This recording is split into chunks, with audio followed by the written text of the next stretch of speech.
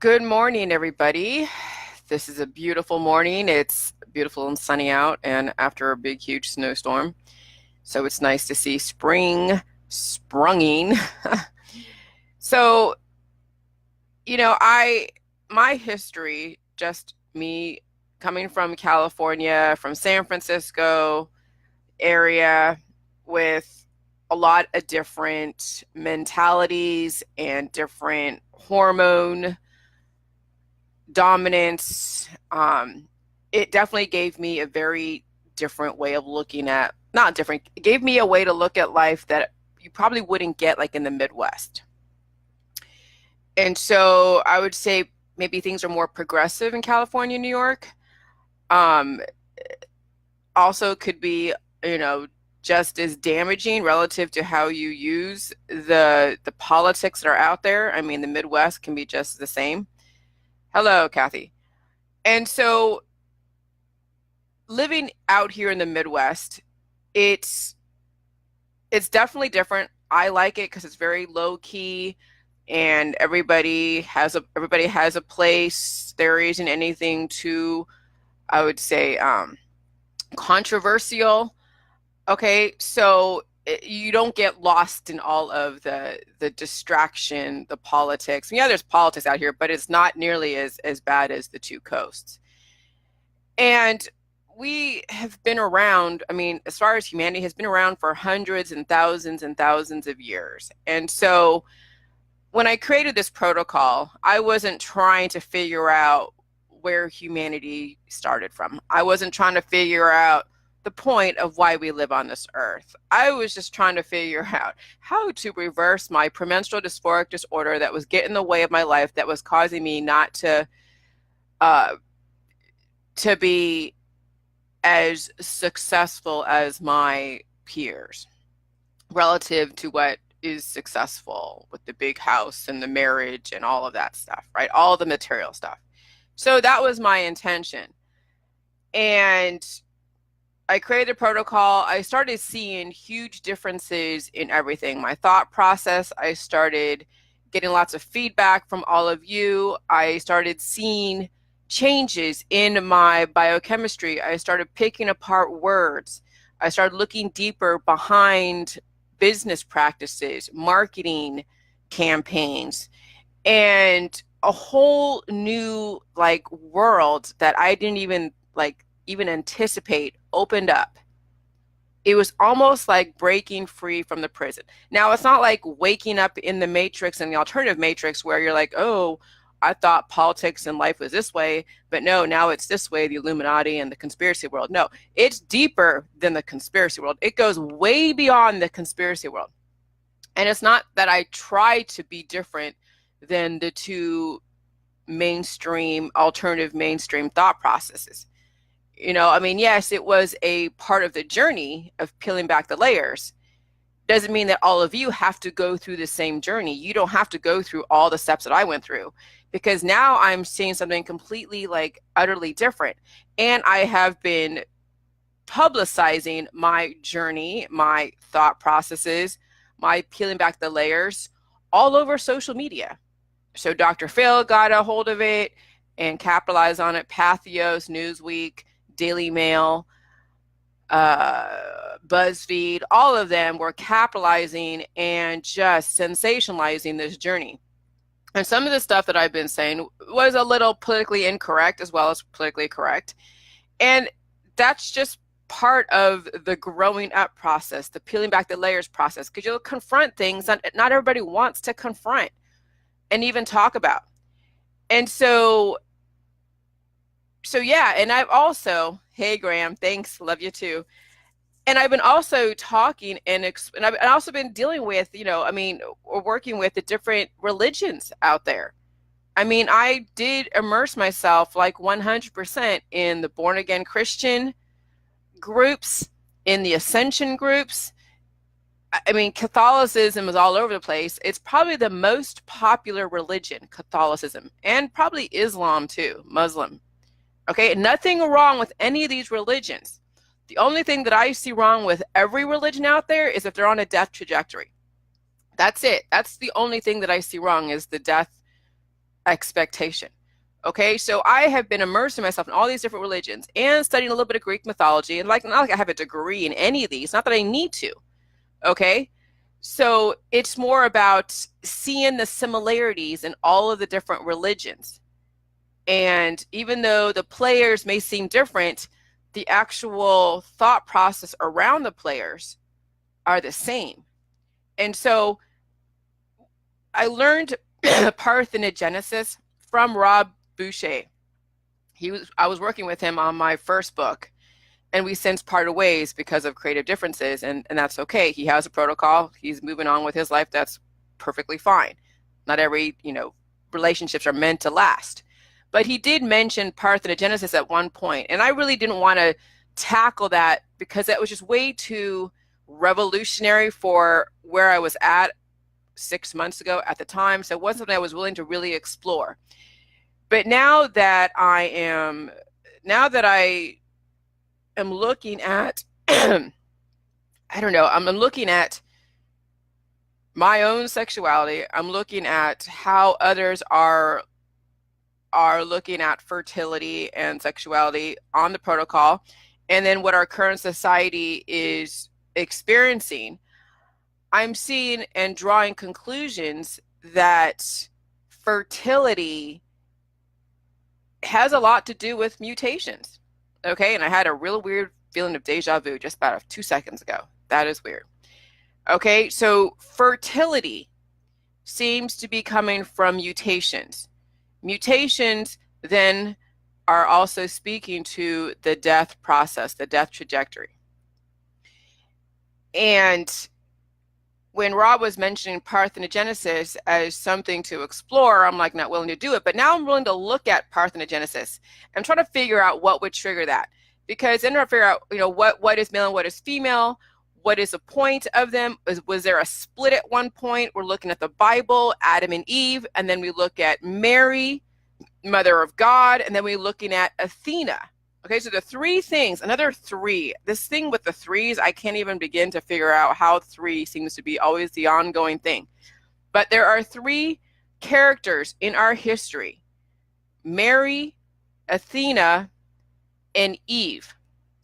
Okay, now we know that history was written by people who look through a specific lens. Whenever we have something written, somebody wrote it, somebody with an intention, with a lot of different hormones, were writing certain books. That's why with the Bible and all these ancient texts, you got to take everything with a grain of salt, because you don't know what the intention behind all of the ancient written texts. Okay, and so with the Bible, with Adam and Eve, was that coming from a patriarchal background of somebody saying that Adam was the original man and that Eve came from the rib and she's just a support, and then she was also the one that then tempted Adam to then eat from the tree of knowledge, which then casted them from the Garden of Eden, and then they went and been fruitful and multiplied, and the mutations, and there were nations. That's how nations were built, from Adam and Eve. Or then you have the Mary and Joseph, and I don't really study the history of Mary and Joseph, but Mary supposedly created Jesus through Immaculate Conception, and this is part of the Catholic religion, because Mary, Mother of God, they're always seeing Mary. Mary has been revered in the Catholic religion. Maybe there's a reasoning behind that. Then you have the Adam and Eve, which is like the Bible, but who created that perception of Adam and Eve? What made the Catholic religion revere Mary? And then you have the Greek mythology, and I'm thinking of all the different gods and goddesses are representation of different hormones and their specialties. And maybe the Greeks way back when kind of knew that each of the hormones represented a specific specialty, like the god of war, the god of fertility, the god of this. Athena was like really good in all the different things. If she was good in so many different things, maybe, and she was parthenogenic, maybe she was actually using both hemispheres, right? Because someone is saying that the mutations in our society, you're either left brain or your right brain. When you finally are able to merge the two brains together, because of the fact that you are regenerating the cells and you're reversing the mutations, you're actually using both sides of your brain. You're not more dominant in one or the other, no different than being more dominant in one hormone or the other. So I'm thinking that Athena, and she's supposed to be like the goddess of all the different specialties of all the hormones. Maybe she's a hormonally balanced lady that was able to then be I guess she was the virgin baby. Now I'm not sure if she was the one that was the, or it was her mother, because her mother, I'm going to read this real quick. Okay, so let's read this together so we kind of know, because I'm not fully like comprehending everything. All right, so now this is from Cara Maria Ananda, which is a website. Okay, Virgin Birth and the Mysteries of Parthenogenesis, Goddess Conscious Conception, Fertility, Divine Feminine Mysteries, Athena, Parthenon, Parthenogenesis. And then the reason why I was thinking about Parthenon is I'm like thinking Parthenon, there's something to that.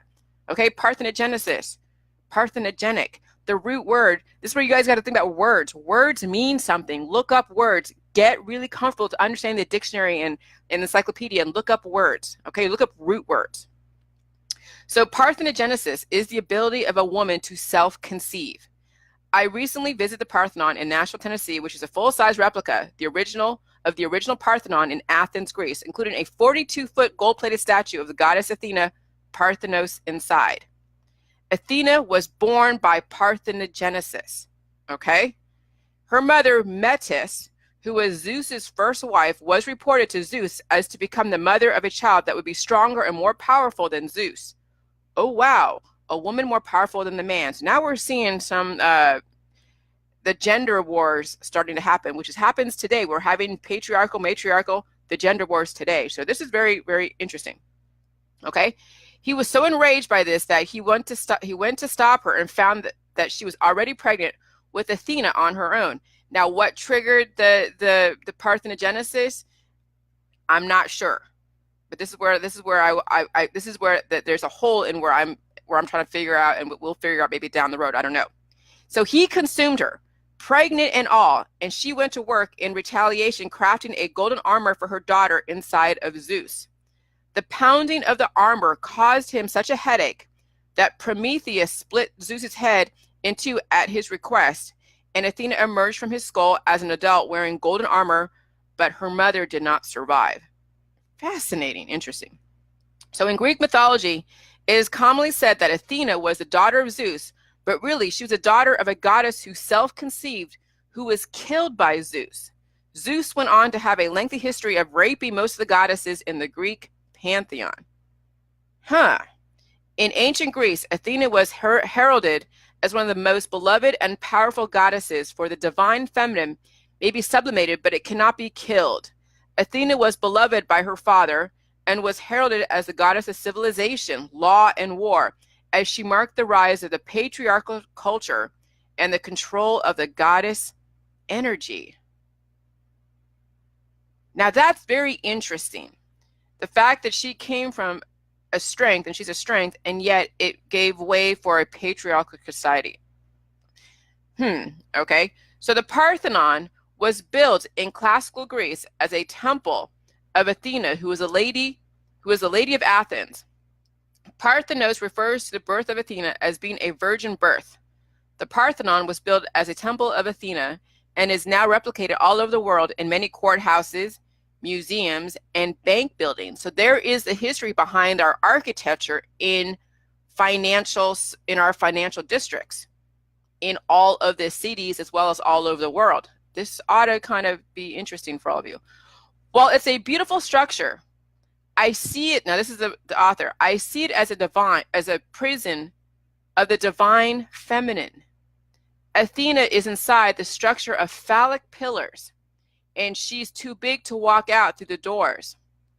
There are male figures all around the building in relief, free on the outside, while she is inside. The Parthenon was originally designed as a structure that free people would not enter, much like a prison. The sacred sexual powers of a woman were suppressed thousands of years ago, while the patriarchal rulers used the power of sex transmutation to capitalize on the feminine energy for more power and more control. Yet the energy of the feminine cannot be destroyed, for the ancient secret that women have the ability to create life unto ourselves cannot be fully suppressed, much like Athena, who still shines her message today for those who are able to hear it. Now, this is fascinating. There is an ancient secret lineage of divine birth priestesses on earth who had the ability to conceive consciously without need for male sperm. This is the experience of immaculate conception and was part of the ancient fertility practice of priestesses from ancient Greece, ancient Egypt, and beyond. Parthenogenesis is a form of the sexual reproduction that does not involve fertilization for the growth and development for the embryos. The word parthenogenesis comes from the Greek meaning virgin birth. Parthenogenesis occurs naturally in many plants, invertebrates.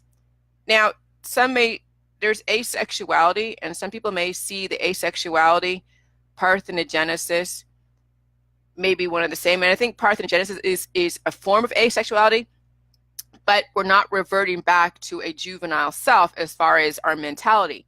Because I don't see myself going back to a baby and being a baby in the next 5 or 10 years. I think that once you are able to tap into the formula of life, that you will stay the mature adult, but you will never degrade. So this is where I'm like, okay, this is where things kind of went off into like a different way, but that's okay, because these are people's perceptions of what parthenogenesis is and asexuality and all of that, okay? So parthenogenesis, according to this lady that wrote this article, occurs naturally in many plants, invertebrates, animals, vertebrates, as well as being potentially possible for humans. Bees are a great example, which have also long been associated with divine birthing as priestesses, who often refer to as Melissa, meaning honeybee. Midwifery and women's sexuality educator Wapio Diane Bartlett writes, at all times, women have the complete components of genetic material in their eggs to create life. Okay, now this is where Lorraine Kennedy was talking about the different part of genes and DNA and chromosomes. Okay, and you may have seen her on my Facebook. Okay, so humans have 46 chromosomes during conception. 23 of the women's chromosomes combined with 23 of a man's chromosomes. However, women actually have 46 chromosomes completely in their eggs at all times. Okay. When they conceive with a man, the extra 23 chromosomes get put aside in a pocket and absorbed.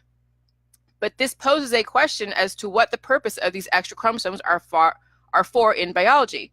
Could it be the ancient art of parthenogenesis? The Parthenon was built with 46 outer pillars and 23 inside pillars, and a total of 69. Is this a coincidence? Definitely not. Now, we know numbers mean something out there in the ancient world. What they mean is what we have to do in research, okay?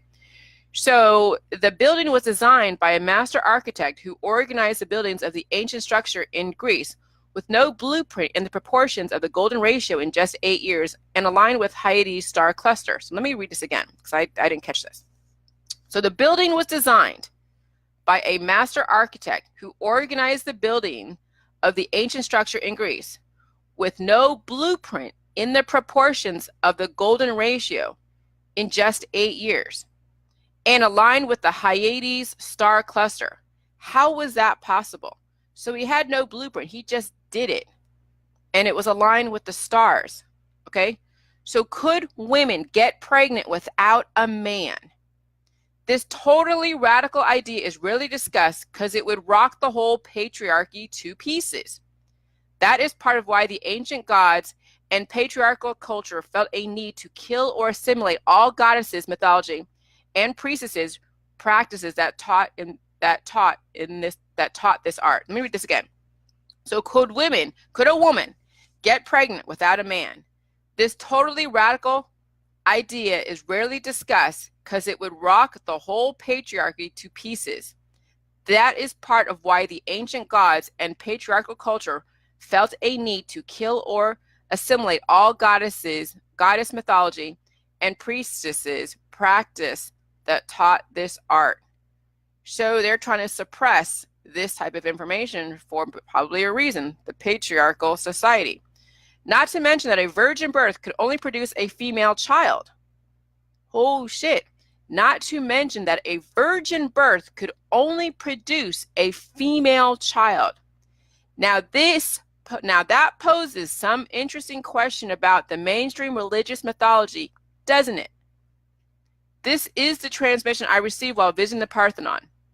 The divine feminine is still in prison, but still lives. It cannot be fully suppressed because we hold the full keys to life within the mysteries of our bodies. We are protected with golden armor. Imagine this golden energy around your body. Now, energy or golden hormones around your body when you feel under stress, and know that your sacred power is eternal. Blessings, Kara. Wow. Now,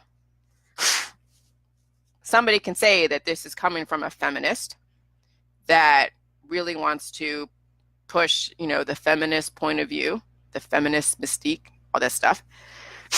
And potentially that could be true. But then you got to look at all the politics in our world. It all comes from something. We're all fighting some innate sense of what we think is right. When it comes to pro-life, when it comes to abortion, we see some people that are pro-choice are looking at all of the debauchery and the suffering, and they don't want to bring a child into this world. So it's better to kill a child than bring another child that's going to suffer. And so it's not to say that anything is wrong with people's belief systems, but it comes from some innate knowing of something is wrong. Okay. And now we are realizing that we are missing the vital nutrients to keep us living. Now, what are we ultimately supposed to be in the end? And then there is no end. Hey, Massimo. There is life. There is complete and utter remutating back to what we were originally intended. What is that? We don't know. We're seeing snippets of the possibility of what we're supposed to be. Are males supposed to be? I can't say for sure. Are males a mutation? Are females a mutation? We're looking at the Bible and Adam and Eve. We're looking at Athena and the Greek mythology. We're looking at Catholicism, Mary, Mother of God. Okay, so we have 3 different examples of somebody's perception of what humans were originally thousands and thousands and thousands and thousands of years ago. So now we have all of these different perceptions based upon somebody's intention and how they want to drive the future by giving off their perception of history. And so now we have to look at the similarities in all of these. And now we have to look at, okay, we don't know if the woman is supposed, I don't know how to look for the extra 23 chromosomes in my body. I have no idea how to do that. A scientist could potentially do that, but scientists out there in academia may not be incentivized to go and confirm this woman's information. Okay, now that's a blog site. It's not coming from academia. Now I'm speaking from a purely theoretical sense based upon how we perceive history and how we perceive what all the different ancient structures that are being used right now today, like the obelisk in all the different financial centers like Washington and the Vatican. And then we have like the pineal gland, the cone that is all over the different ancient sculptures, as well as, here in America, as well as out there in Europe. And then we have the Parthenon looking building, the banks. Are they suppressing female divinity? And they're talking about fertility. Women can self-fertilize, but what would trigger? This is what I'm trying to figure out. Okay, so I have already put out there the theory that if you are 100% healthy, male and female, that you're not going to trigger some kind of procreation, that you're not going to want to then go and carry the species forward because you're the best copy of yourself. So then what would trigger a woman to self-fertilize to then create another female baby? That is where I'm not sure exactly. That's the things that are left out in that story. What did trigger the mother to self-fertilize to create Athena? Okay, what were the conditions? And so that's why you take all of this with a grain of salt, but you also consider it. And then when we do go through this process of Jilly juice and bringing in all the nutrients and watching our bodies remutate back to what we were supposed to be over time, but at least right now, reverse all of our different mutations, the cancer, disease, and chronic illness, and then watch other things develop or other things reverse, we may see, but who's going to be out there and say, oh yeah, I conceived a baby, you know, without a male? I mean, no one in their right mind would ever say that this day and age, because they would be looked at as some crazy person. It's like me saying, oh yeah, immortality, I'm already looked at as crazy. So we won't know, we really won't know on a public level what the real truth is, because there's still the perception that death is an outcome in the mainstream. So that's why this is a personal journey of self-discovery with J-Juice, because nobody could really come out and say that they regrew their arm or that they reversed Down syndrome without being subject to ridicule and or who knows what else. Like, their life would be over if anybody did anything revolutionary that would go against the mainstream. You see how I was dealt with.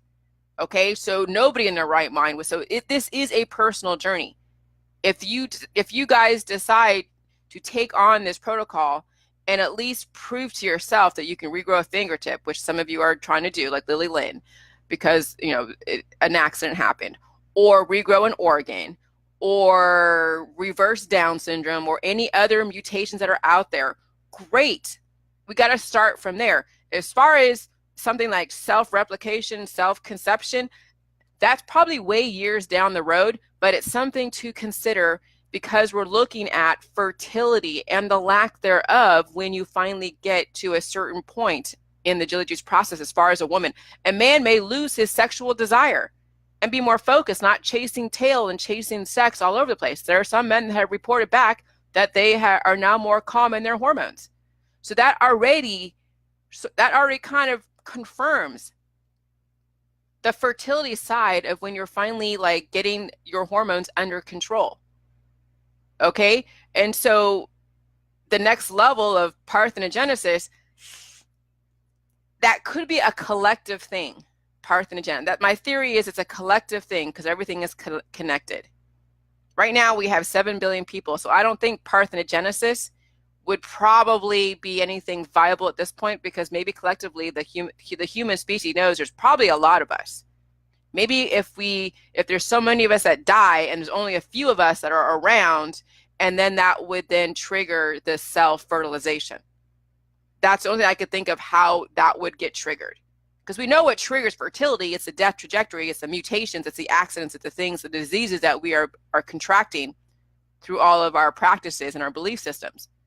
But then what would trigger infertility? Well, we know that also the attack on the reproductive system that causes sterility in the biotech world. And then also the body is completely healthy and it doesn't see a need to procreate, doesn't see a need to regenerate another being, because you're the best copy. So yeah, of course none of this is odd or too unusual from a biological, because it's everything is possible when it comes to the human body. Now, as far as the gender stuff, I don't want to bring this into a gender war, because we have a lot of males out there, and I don't want them to feel like, this is all about the feminist stuff. No. And there's a lot of females out there. We're not trying to say, oh yeah, the female is a mutation, because that's the perspective from Adam and Eve. Okay? That's what's in like the Old Testament. Who wrote the Old Testament? Who wrote that story of Adam and Eve? Who wrote the story of the Greek mythology? Who wrote the story of Mary, Mother of God, and Jesus? See, somebody had an intention with all of those stories, and which one is the truth? See, that's what it comes down to. Which one is the truth? Okay? And we're not going to know for a long while which one is the truth. But does it even matter? Because really, when it comes down to it, what it really comes down to is all of us being healthy, relatively happy, okay, and productive, and getting on a pro-life trajectory. If we can all get on a pro-life trajectory, not in the political sense, but everybody really actually getting their cells on a pro-life trajectory, then we'll be able to explore how humanity can then self-replicate without how a woman can self-fertilize. Because it seems that the woman is, obviously the woman, but see, then I'm looking at what they're doing in science, to where the transgender community are able to kind of take hormones, and they're able to, like men, they take certain types of drugs. It creates gynecomastia, man boobs.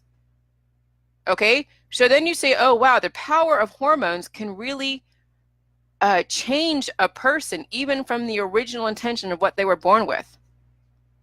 So really what it comes down to is, if we're actually using nutrition, we can see what we were originally intended.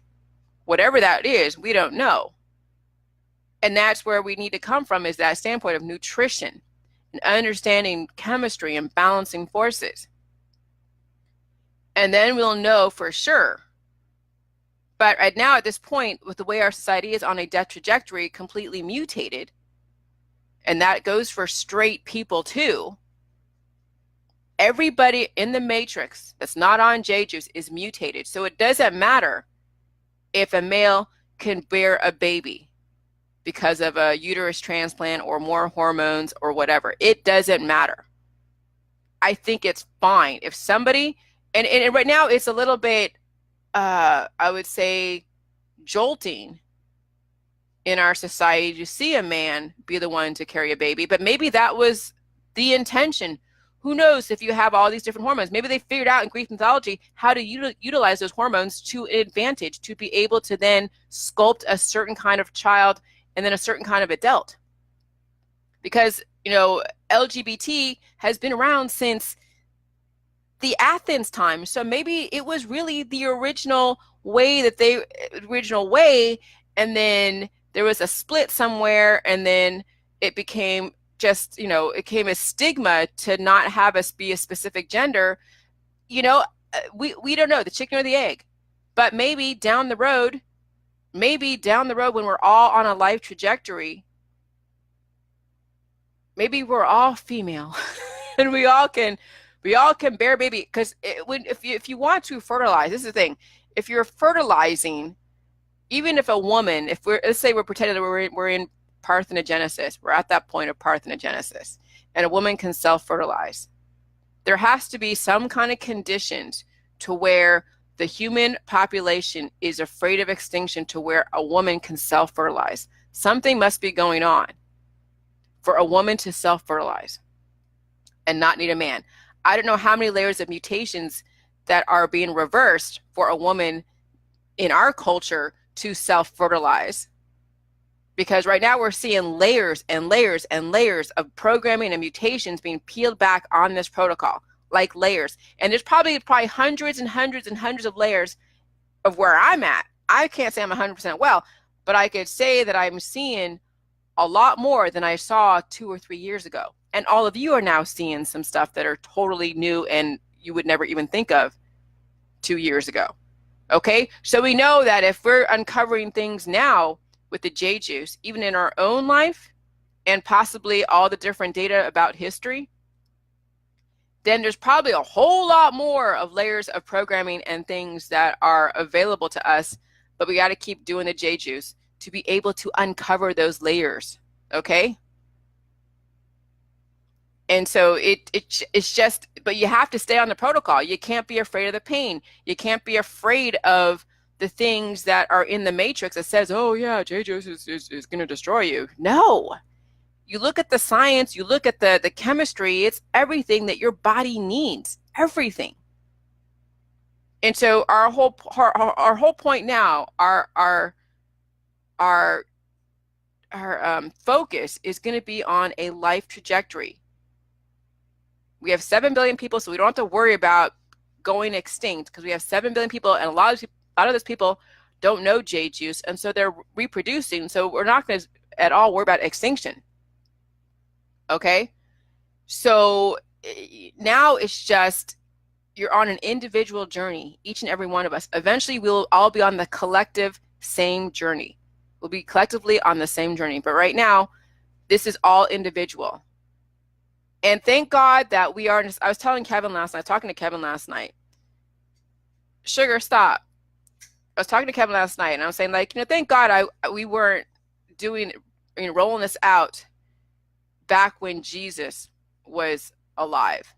Because look at Jesus. He had some pretty revolutionary thought processes that were not widely accepted. And then the Romans or whoever, okay, I won't say the Romans, whoever it is that didn't like what he had to say, then nailed him to a cross. Now, I'm not saying I'm Jesus. Hell freaking no, I'm not saying that. But what I'm saying is anyone that goes against the mainstream with a revolutionary thought process does risk excommunication, ostracization, ridicule.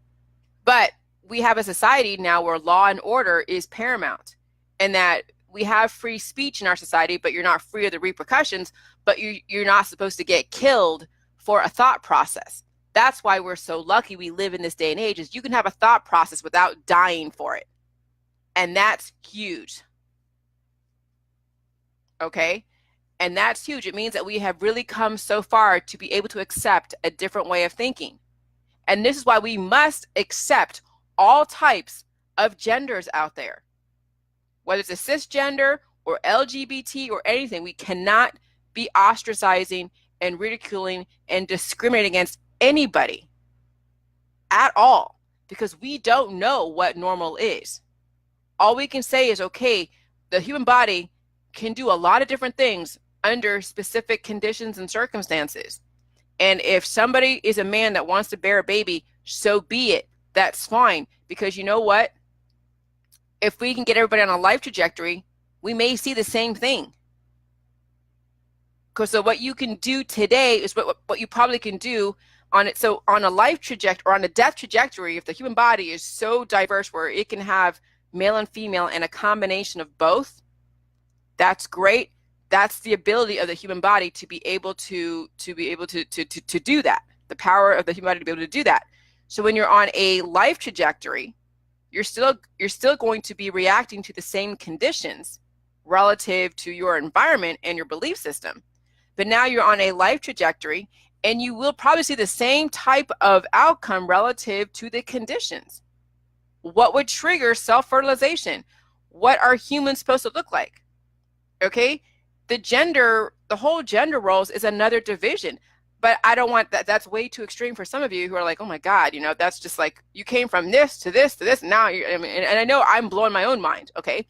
But maybe that is the actual end result, is that we are a combination of both.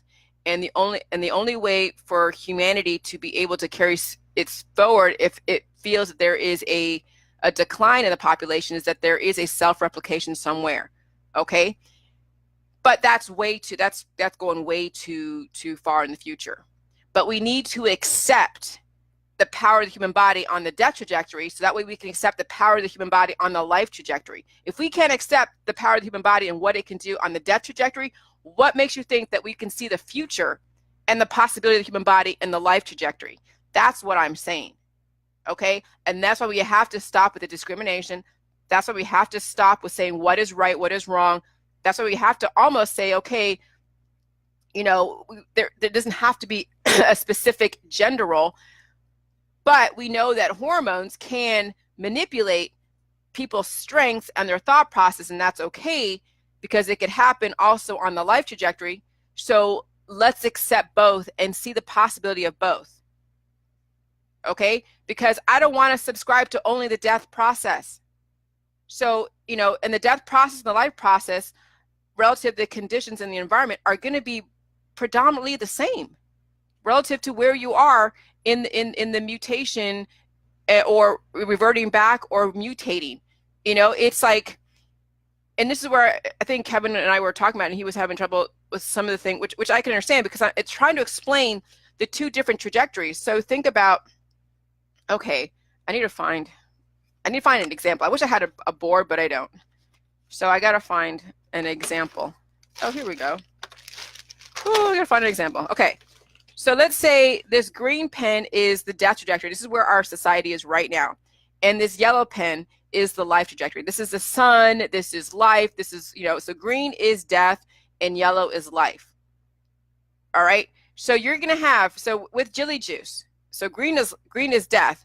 Jilly juice, well, you're not doing Jilly juice, but you're playing with elements that's keeping you alive as well as causing you to die. So you're seeing the signs that your body is dying by gray hair and cancer, disease, and chronic illness, and all of that, and aging and death. And so the body is going to react based upon the conditions of your belief system. So you know what causes life, which is nutrition. And when you go to the hospital, you get saline solution and dextrose. So you know that if you get ever, in some kind of emergency, you'll get stabilization. And then you know that certain types of foods will prolong your life, okay? Certain probiotics will kind of prolong your life. Getting rid of certain cancers and certain operations will kind of prolong your life. But then the death trajectory is still there. So when we're looking at J juice, the life trajectory, and you're playing with the right elements, the positive elements, understanding the positive and negative forces and everything, you will still have the same symptoms like the death trajectory, because it's based upon how the body is being impacted by the environment and all the different processes. So right now, the death trajectory and the life trajectory are relatively the same based upon the conditions, how it responds to the conditions. But the only difference between these two, okay, so the life in these is the same, but the end result is different. The end result is different. The end result is death in the matrix. And the end result here, well, there is no end. You can't quantify the end result because you can't quantify and predict what's going to happen in the future. But if you stay in the right elements, you're going to see your body revert back to its youth. You're going to see your cancer, disease, and chronic illness revert back. So you'll see signs that you're reversing the aging process because you're reversing all of your cancer, disease, and chronic illness. And then life is going to be indefinite. Can you say that live forever? There's no way to quantify forever, but we know that death exists because we see it in our families. We see the patterns already out there in the matrix and the alternative matrix and the conspiracy world. That's why I got away from the conspiracy world, you guys, because they're just as accepting of death as the regular mainstreamers. The David Ickes, the anarchists, the anarcho-poco, all of that, all of the different conspiracy activism still believes in death. And so that's why I got away from all of those activists, because they are not really saying anything that different than the mainstreamers, because they still believe in death. But we're still dealing with the human body, that when you are dealing with the right elements that keeps you alive, and you see the reversal of your cancer, disease, and chronic illness and obesity, you're noticing that what would you die from except for a plane crash? Will your sexuality change? Potentially. I don't see myself as half as sexual as I was way back when in my 20s. Okay, I have bouts of like, ooh, the moon kind of triggers certain hormones, but it's not like I'm trying to relieve myself. Okay, so you're going to see when you're on the right track changes in your hormones. How does that translate in sexuality and relationships? Well, you know what? You got to go with the flow, because now your body is in control, not you trying to manipulate your body. And that's the difference. Here in the matrix, you're manipulating your body to have a specific outcome. Here in the Jilly juice, you're now giving your body the ability to be able to do what it needs to do without you manipulating it and trying to have a specific outcome. You're not trying to count enzymes. You're not trying to count how many vitamins and dosages that you need. No, you're taking in a concoction that has all the right elements that you know is good on an individual basis. You know that salt, your body needs salt because you can't be sodium deficient. You know your body needs the good bacteria, the lactobacillus. You know your body needs nutrients from the cabbage and kale because you know cruciferous vegetables are very, very healthy. And your body needs water, okay? Okay, so when you're dealing with, and then you understand that then pain in the matrix is something that they're trying to get away from. They're using negative elements. They're using antibiotics. They're using painkillers to then disappear the pain. They call them anti-inflammatories, to then create more natural killer cells, okay? And then create the hormone, the feeling, the anesthetization, the hormones. That's what CBD is. That's what cannabis is. It's a THC antibody that causes a hormonal response because of the production of natural killer cells. And when you have an overproduction of natural killer cells, that causes the aging process. It also chips away at the weaknesses in your 12 different systems, 11 different systems. I say 12 because male and female. Okay, so in the matrix, the death process is the overaccumulation of natural killer cells, the hormonal imbalance, and then too much cancer/candida. And that all causes the aging process. And then your lifestyle and your belief systems will sustain the aging process. But your symptoms are no different than the symptoms you get with the J juice, the life trajectory, because the J juice is dealing with already the weaknesses in your body. You get a titer test, you both sides get a titer test, you will see the antibody acquisition, you will see the antibodies you test positive for. And then those will be the backdoor triggers based upon your lifestyle. Your body is going to react to your knowledge or ignorance. So here you're getting the right elements that's going to keep those antibodies at bay, repair the mutations that your body sustained, and you will never see a rearing of the ugly head of autoimmunity that you see in a lot of the population. Okay? Here, you trigger antibodies because of your lack of nutrition, your lack of knowledge of the right bacteria. And then guess what? You're rolling the dice every single time you practice something the allopathic holistic. You never know when that disease is going to take you down. You never know when. And some people, and that's why some kids die from vaccines. That's why some people react to certain medications over another person, because somebody brought to the table an overaccumulation of antibodies. They already have a weakness in some specific system. And so that practice, whatever it is, whether it's cannabis or chemotherapy or something else, took them over the edge and put them in hospice. And they didn't understand the role of pain. So every time they take something for pain, it created another natural killer cell, which then caused a hormonal imbalance, which then caused, more candida cancer to be made. Okay, so both of these, in between the beginning and the end, you will have the same kind of symptoms because you're acquiring and exacerbating antibodies and triggers. And here you're going to be dealing with the antibodies that are already in your system. And we know that people are full of antibodies because they're around people who have sicknesses. You acquire antibodies just by being around somebody that's been vaccinated or somebody that has a disease or somebody that just is a carrier, but they're asymptomatic.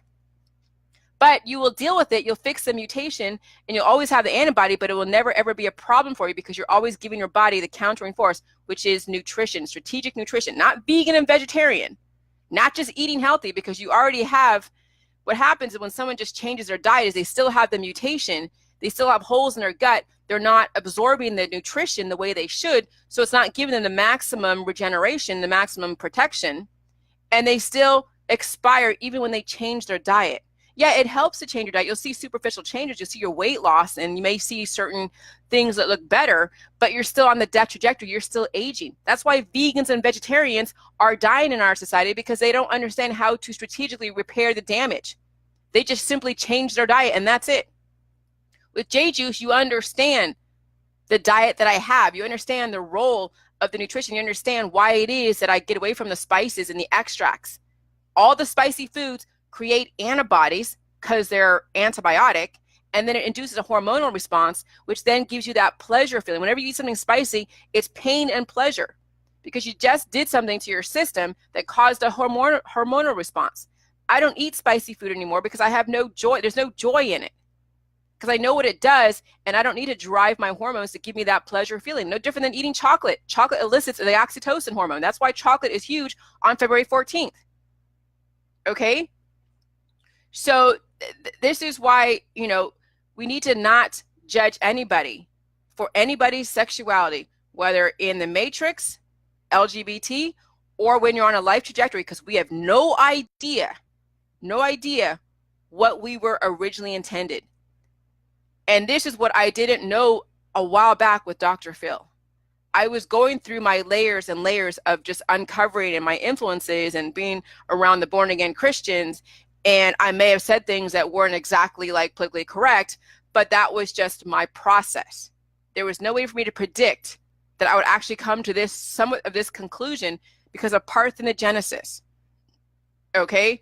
And the fact that we are now headed towards where they are accepting the genders that are kind of mixing.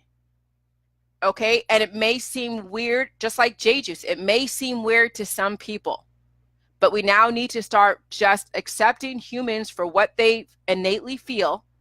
The biochemistry is going to dictate what it is that you're going to behave and act and feel. but you keep taking in the right nutrients, you will see your biochemistry change. You will see things that you were like, oh my God, you'll be, I mean, you'll be more open, not so triggered. Yes, your sexuality may be not suppressed, but like calm down. You're not gonna be so hormonal. You will see the weight change, these skin tags fall off. You will see more strength. You will see productivity, but you also have to go through the pain process because you've taken on so many years of mutations and antibodies that your body has to now finally deal with that. And it can be painful. But as long as you expect it and you understand it and you don't demonize it, and you take in my juice relative to what you can handle on a daily basis, because some of you work, some of you have to go and teach, some of you have to be on your mark and you can't afford to take on, this, but sometimes you can't help it because you do the J juice on a weekend and some of your symptoms may bleed over into the week. You may have skin issues come to surface, but that's no different than being sick in the matrix. You just take some time off, or you say, hey, I'm not contagious, but I'm going through a detox process or something. Okay? There's ways to explain away some of the symptoms that you're dealing with because you're bringing to surface all of the pathogens that are already causing the mutations, which causes your body to have a hormonal imbalance, which is causing the death and aging process. Okay? So yeah, I will get a whiteboard at some point. Right now, we're being a little conservative at this point. But so this is a complete flip of the script on what my thought process was during Dr. Phil. Okay?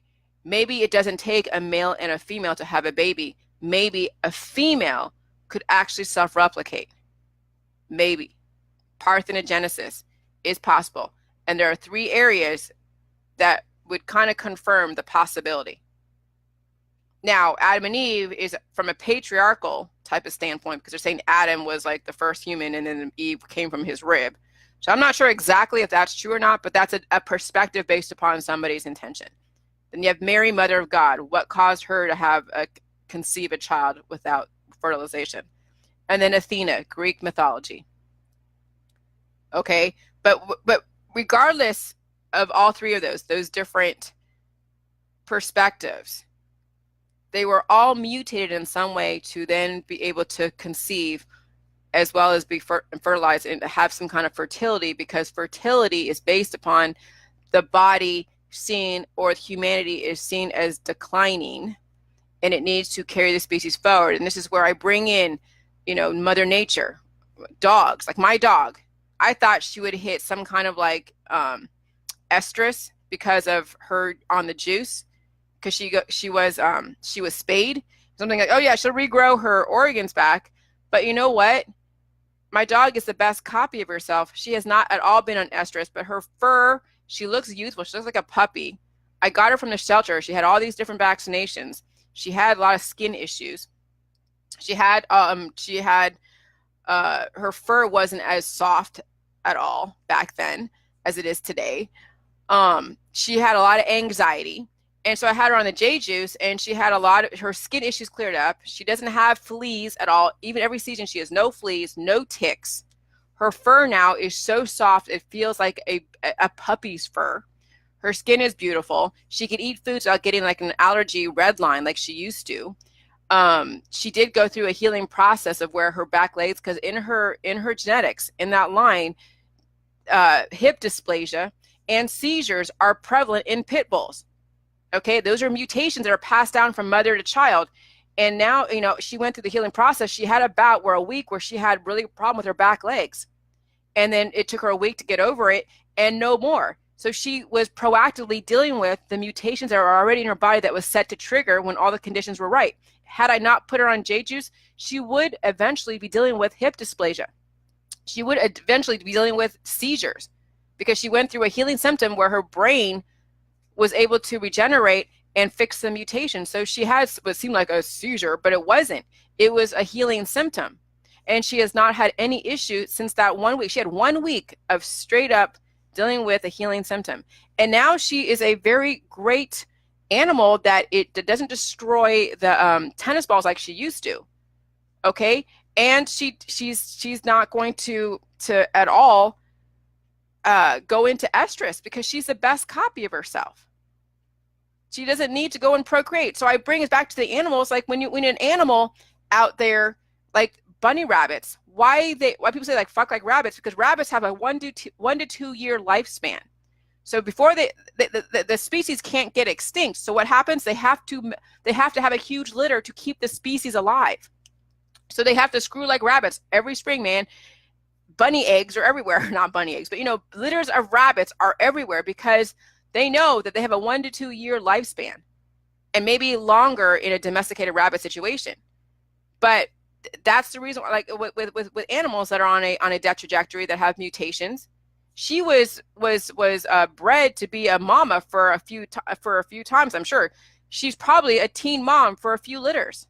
She has large nipples, which means that she was bred to make puppies, and then people were selling them. Okay, she'll never have to do that again. So, and then she had tumors that they cut off because there's scars on her belly from when she went through an operation through the ASPCA or the Humane Society. Okay, so you look at why animals procreate is because of their lifespan. They're not doing the J juice. They're not taking in strategic nutrition. They do have instinctual needs to go and eat certain foods. And if they have a stomach ache, they go eat grass. There's certain instincts, but they're not like humans where we actually have we can have complex thought.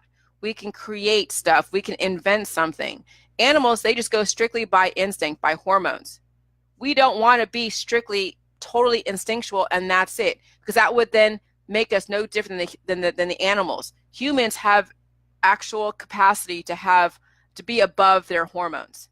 My dog is straight up instinctual. She doesn't have the ability to think any complex thoughts.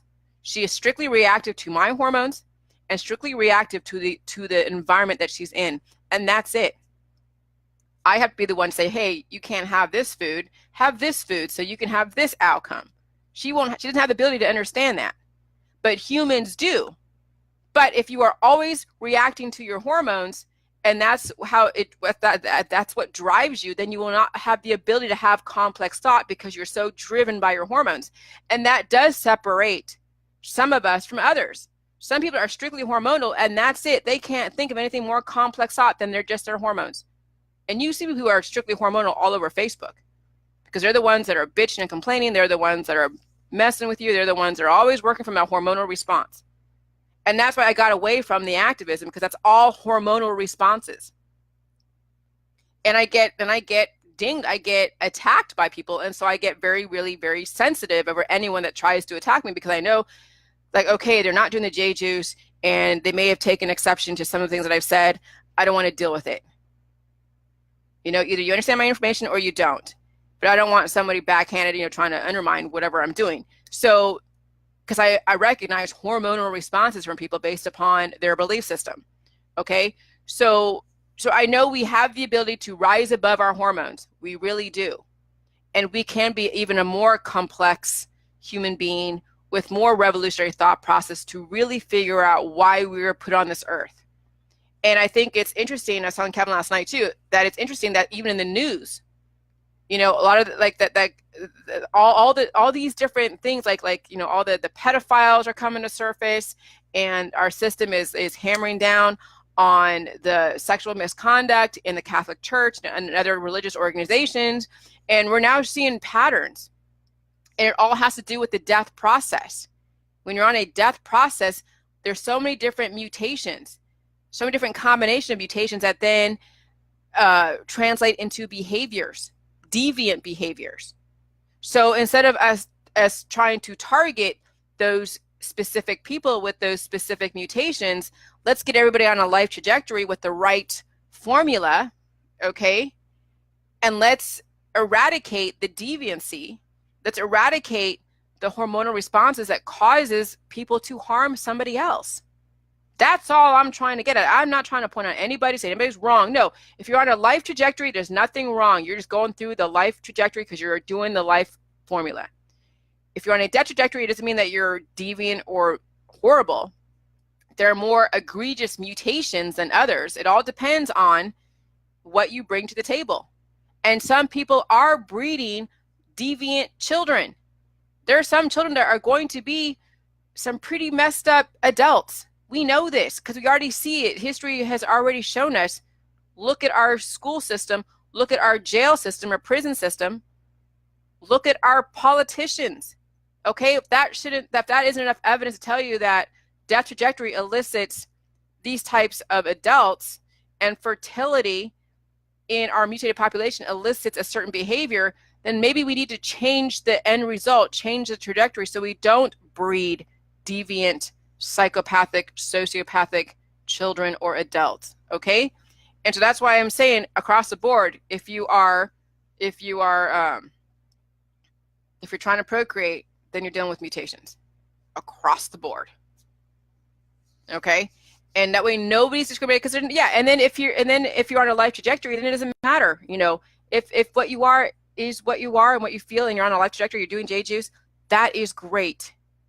You have no expectation. You're just going now with what your body was intended. And then and then here's the thing, relationships are based upon a mutual commitment. Relationships should never be based upon sex, because you never know when your sexual drive is going to dry up or become more increased. So if you have a strong relationship, it needs to have more than just a basis of sex, because biochemistry changes all the time. It's your level of commitment with this person is the difference. That's what's going to carry any relationship, whatever it is, forward. And, you know, some people have a hard time with that because they have based their relationships on strictly sex and how great it is and how wonderful it is. And when it changes, they think something's wrong with them. And that's how they base their life, is that if you have a great sexual experience with somebody, it means that you have a great connection, a great life. And that's really, I don't see is the right way to look at it, because you're basing your relationship on your biochemistry as far as your hormones. And people's hormones, relative to what they bring to the table and their environment and their belief systems and what they eat and all that stuff, are going to change your biochemistry. It's going to change all of your desires. It's going to change. So you have to have something stronger than just your hormones to carry a relationship forward, whatever it is. And some people have a hard time with that. And others will see, okay, what is the basis of our relationship? Is it upon sex, or is it upon actual mutual understanding and a common goal? Okay, so wow. Anyways, I just wanted that was just eye-opening, reading about Parthenon. So, okay, so the three things, so you have three things that will destroy you or keep you alive. Okay, so let's go over the three things, okay?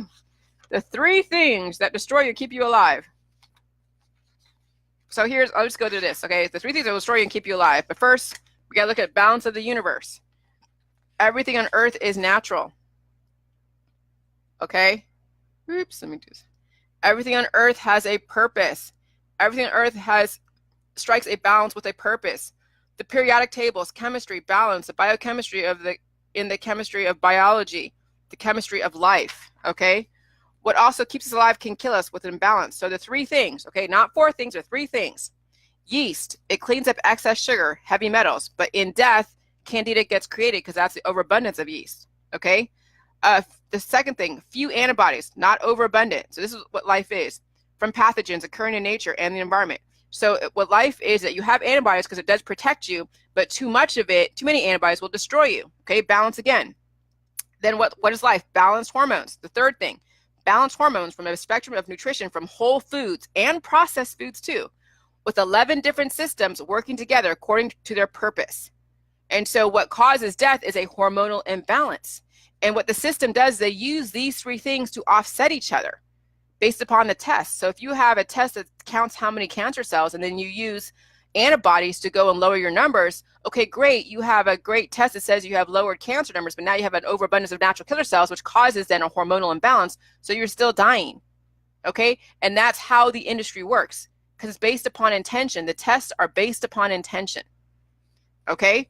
So those are the three things that will kill you and also cause a life, indefinite life. And death is a consequence. Death is because you have violated the laws of your body. Laws of life in the human body has been violated. Death is a consequence. And the allopathic and the holistic world all are about using antibodies, okay? What they use to kill cancer, disease, and chronic illness. All are poison that create mutations to manipulate the hormones, Okay, they use pathogens, antibiotics, NK cells, antibodies, mutations, and hormones. That's how the industry has able to flourish, because you have a very low expectation and you expect to die anyways, but you just want your test results to say one thing because you feel like you won something. Okay, and life is a consequence. Okay, the laws of life in the human body has been adhered to. And then this is the J juice. Okay, and there are three things with the J juice: the Jilly, the recipe, the healing symptoms, and the diet. And then the three things that then now we have with the, now I got to write this down. I should write this down because now I got to remember this, because it's another three things that I have to remember.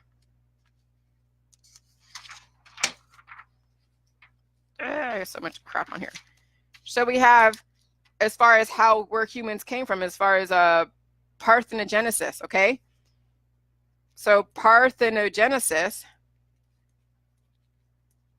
where a female is self-replicating, we have Mary, we have Adam and Eve, and then we have Athena and the Parthenon. So now we have three things as far as the original man and all of this that we have to now figure out what is really true, what is not, and we don't know. But these are the three areas that we now have to look at and see that there's probably some truth to all of this. And some of these truths are based upon perception and intention of somebody's political whatever intention, okay? So Mary, mother of God, immaculate conception. Adam and Eve, was really Adam the first human, and then Eve came from the rib? I don't know, that sounds very patriarchal. Then we have Athena. Okay, Athena, which is the Parthenon, the feminine mystique and all of that, okay? So Mary came from the Catholic religion, Adam and Eve just was in the Old Testament, and then Athena came from Greek mythology. So we figure out another three things that we have to look at and try to take what we can and understand that there has been political intentions behind this, and maybe that is what we finally end up, that we are parthenogenic. But as far as just being females on this earth, I don't want to go to that extent. Do males have a purpose? Yes, they do. Is it for procreation? I have no idea. Okay, so that's the area that I'm not completely, 100% sure on. But those are the areas of exploration that we need to look at.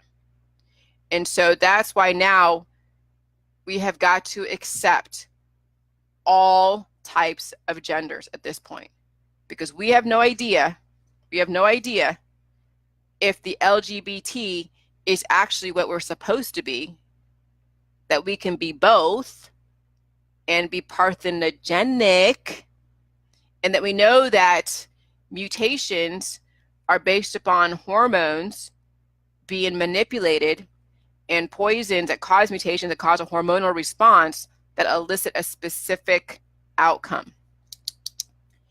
And that's huge. And I've never seen anybody in the LGBT community that I know of go in this direction. And so now this makes a lot of sense. And I was talking to Kevin too about, the gay men that are so beautiful. Maybe they are the ultimate males. Okay, why are certain gay men very beautiful? Okay, and it's interesting to see that maybe they are the ultimate males. Good at decorating, very clean, and perfectly chiseled. It's like a perfect specimen. So it makes you wonder that maybe, the gay male is the ultimate male. Maybe, I don't know. And this ought to piss off all the straight males out there. Okay, so we understand symmetry is beauty. Symmetry is beauty. And we've already seen it, like in science shows, that when babies are attracted to symmetrical faces.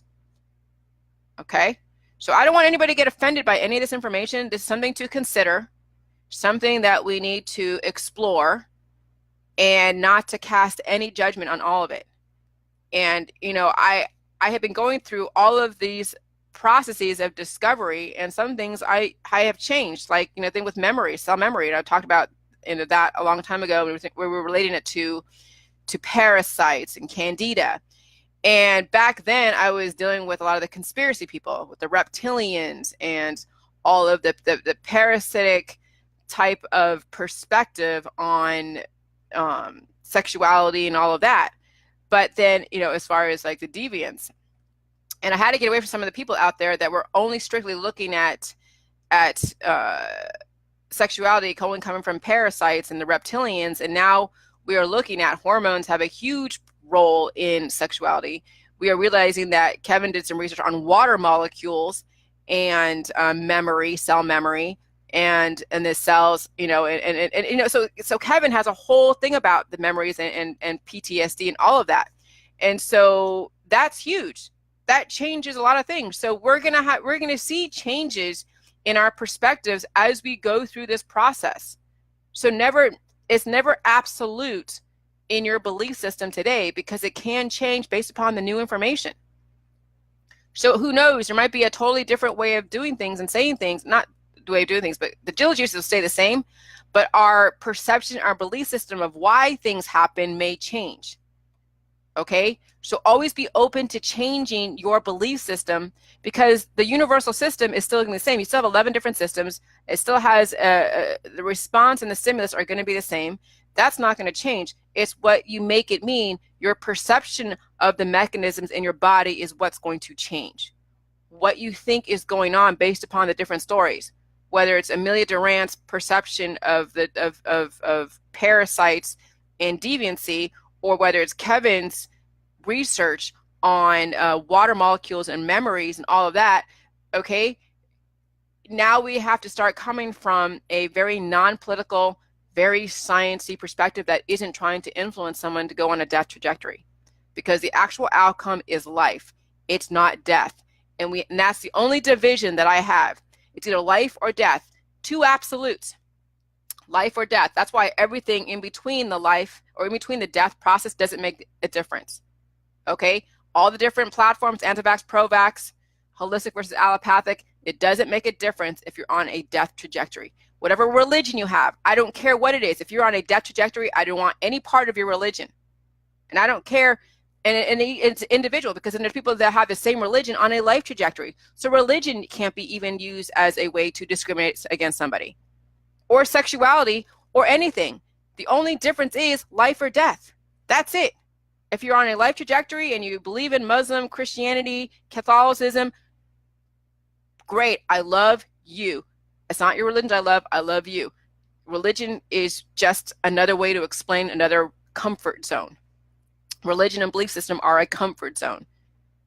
The only way that I will ever feel like I'm like aligned is when you're on a life trajectory. But I can still love you even if you're on a death trajectory. But I just, I don't subscribe in your belief of dying. But hey, you're alive now, so we can find a way to find a common ground. But as soon as you're dead, we have no more common ground anymore because you're dead. But if you try to impose your death process onto me, I'm going to put a stop to it. I don't want anybody imposing their death process onto me. Okay? But if we have other things in common, that we don't have to go there on the political sense of life or death, then that's great. So it's really understanding what you have in common with people, and there are fundamental differences, and if your fundamental differences are death, and then that's what you're coming from at all times, you can't find anything else in common, then there's no point in having a relationship with anybody. Okay?